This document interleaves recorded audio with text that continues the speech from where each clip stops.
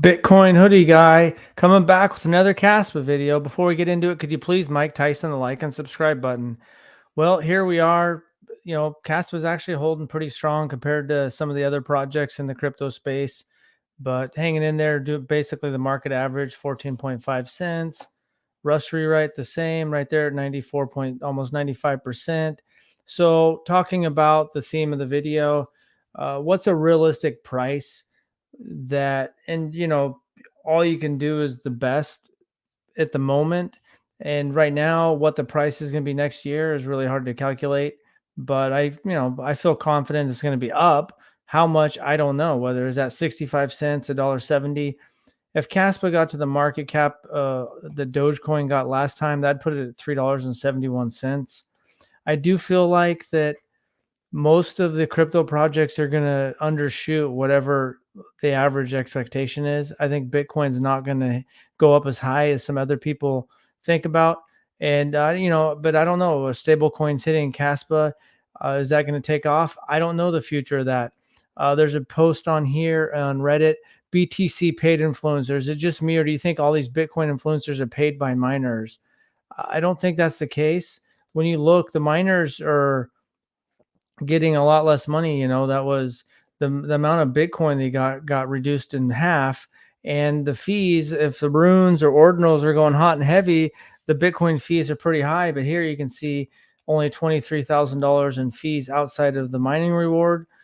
Pretty low. 35 sats per VByte is relatively low compared to everything that's been going on with ordinals and runes. So they're having to spend almost as much energy. You can see the hash rate has went down. The Bitcoin hash rate has went down a little bit. It pulls back. Typically what happens after the halving. So weaker miners are falling off, but I just don't think the miners have so much extra money to pay people. So I don't even think that makes sense. Looks like most people out there, or think the same. I mean, they don't agree with this person that's made this post. Michael Saylor and his mates can talk all day about BTC. Good luck on them. At the end of the day, there's going to be people that have a little bit more power. Like Winklevoss twins give Trump $2 million in Bitcoin for his campaign. And so I was talking about Bob Lucas. I liked the last couple of videos I saw. Bob Lucas, SW3559 says, FYI, I've been following Bob I followed Bob since 2018. He is never right. Never. So there's some people that are better at kind of figuring out what the price is going to be, but that doesn't mean that, sometimes people get right. They don't know exactly what or why, or they have a pretty good guess. So right now you can go and look at prices of Caspa all over the place. Some people are pulling back thinking like 70 cents is going to be the top. You can see $5 or $10. I don't think there's too many people that believe over $5, $10. Joshua Brown, Caspa, Bitcoin hoodie guy in the house. Thanks for tuning in, Thomas Campbell. So I think that what's possible is, to me, I always kind of thought when I initially got into Caspa, and that was back last year, when I really dove back in October, I was like, oh, wow, there's kind of a similar amount of coins as Cardano. You can see that if it got up to where Doge would be, last time, that's $3.71, which I don't even, who knows if that's going to happen. ADA's all-time high. Let's see what it says there. That is $3.97. It got up to, I think it actually got up to 100 billion. And so are those things possible with the right narratives and everything? I do think that that's the high end range. I don't really feel like it's going to go over 100 billion. And, but I'll be, gladly wrong. Most of the time when I'm thinking about how high something will go, Bitcoin or Ethereum last time or other projects, it never went up as high as I thought. But, then there's always a time that you're proven wrong. So it feels like to me that $2 to $3 range, and $3 could get up a little bit, 350 is kind of my high end price target. And I feel like maybe things are going to underperform, and I don't know, is Bitcoin going to get to $130,000? Is it going to do 250? I don't know. It feels like Bitcoin might get into that $130,000 range, maybe 150. And so, if you are not happy with this run's price and holds till next run, that's a good point. Just depends on what your life plans are. I plan on paying my house off and paying have any debt. So that's one of my goals for this bull run. I don't really want to watch everything go up and then just watch it go back down and then not do anything real world. But that's just me. Maybe your house is already paid off. Maybe you have no debt. You don't really need to get anything out of crypto this cycle. Then you can hang on further. People have been doing that with Bitcoin and Ethereum for multiple cycles. There's probably some people selling off right now on the Bitcoin that have held it several cycles, and they're just taking profit now just to take some money off the table. So yeah, yep. If you don't like it this time, then hold on to the next one. I think for me, I want to keep part of my bag for the next cycle or future cycles, no matter what with Caspa. So yeah, that's a good point. You can hang on further, but for me, there's so many different ideas on, Discord, Reddit, Telegram, YouTube, and you see people all over the place. A lot of times I think with, people that are behind Bitcoin, and when you're a maxi on something, then you don't even need to be paid. Just talking about it supports your bag. Like, Michael Saylor, was saying that the Ethereum ETF wouldn't happen, and it's going to happen. He's, shows that he's not a complete oracle. He's done very good on his Bitcoin position, and he's sticking to his strategy. Probably work out pretty good for him. But you know, it'd be hard for him to really speak out up against Bitcoin. And at some point, if you're too much of a maximist, with a project, then you lose objectivity, and you can't truly you too much bias. So it's hard to have a negative thought. Bitcoin University is a YouTube channel. This is pro Bitcoin.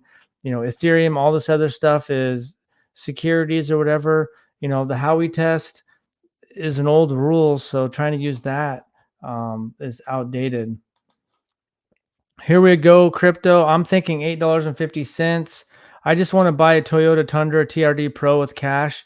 That sounds like a good plan. My college roommate is really big into the TRDs. So what would that put us at there? So what if we did what? Well, let's see, what Ethereum would be way up there if we did what ETH did last time.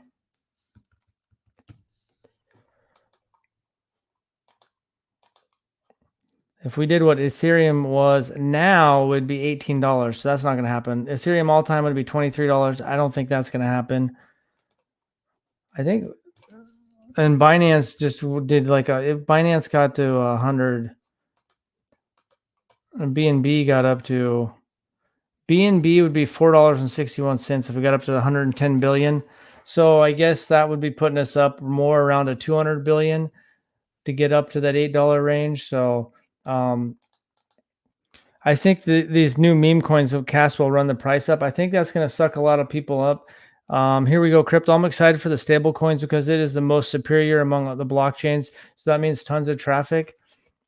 And so, yeah, that will be a huge, and I haven't had a chance, but I saw that Kristen Ludwig looks like had an interview with one of the mining channels. The Tactical Mining, I believe, is that guy's channel. And right here, they're talking about taking Ethereum head on. Why is Caspa superior to Ethereum? And here they're talking about how institutional miners, when you go and look at that's such a low emission rate that they can't come in.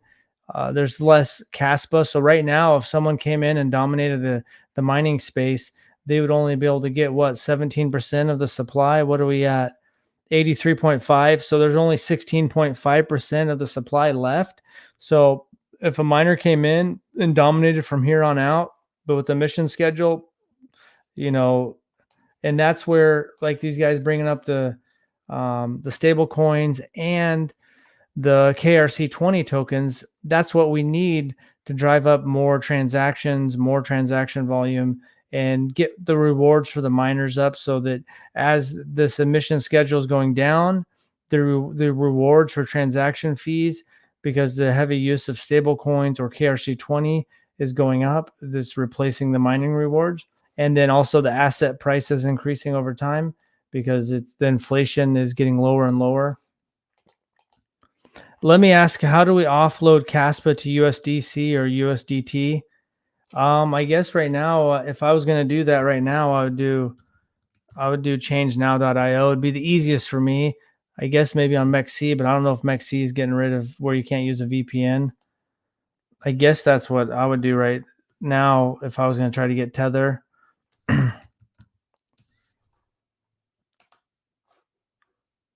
That's probably what I would do,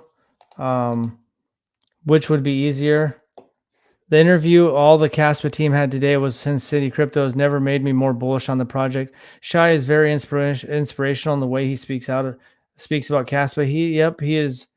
I swapped directly in Tangem. Okay, I've never done the swaps in Tangem, but now that's big if you can do that swaps in Tangem. I haven't taken that for a test drive, but that's where I have all my Caspa parked right now. So I'll have to give that a shot. Thanks for bringing that up. Because I would rather swap in Tangem than that. I'll have to make a video about swapping in there. But a lot of bullish things on the horizon. Shai reminds me of Chumley from Pawn Stars. Yeah, he's a very smart guy, and now that his PhD is done, and he's going to be going more full time on Caspa with all the technology incoming. I think that's why, Caspa is going to outperform Bitcoin. I think for the rest of the cycle. If Bitcoin did a 3x, that would probably be really good from here. Maybe it does better than that, but like if it did a 2 or 3x from here, that feels like that's what Bitcoin might do. And Caspa has got a way bigger ceiling with all the technology coming and the narratives, So the combination of KRC 20, something hot. What are we still holding 25? I haven't even seen if we're still holding our 25 spot.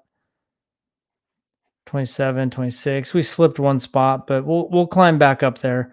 And so a lot of bullish things on the horizon, and the KRC 20 stable coins, 10 blocks per second will probably be next year sometime.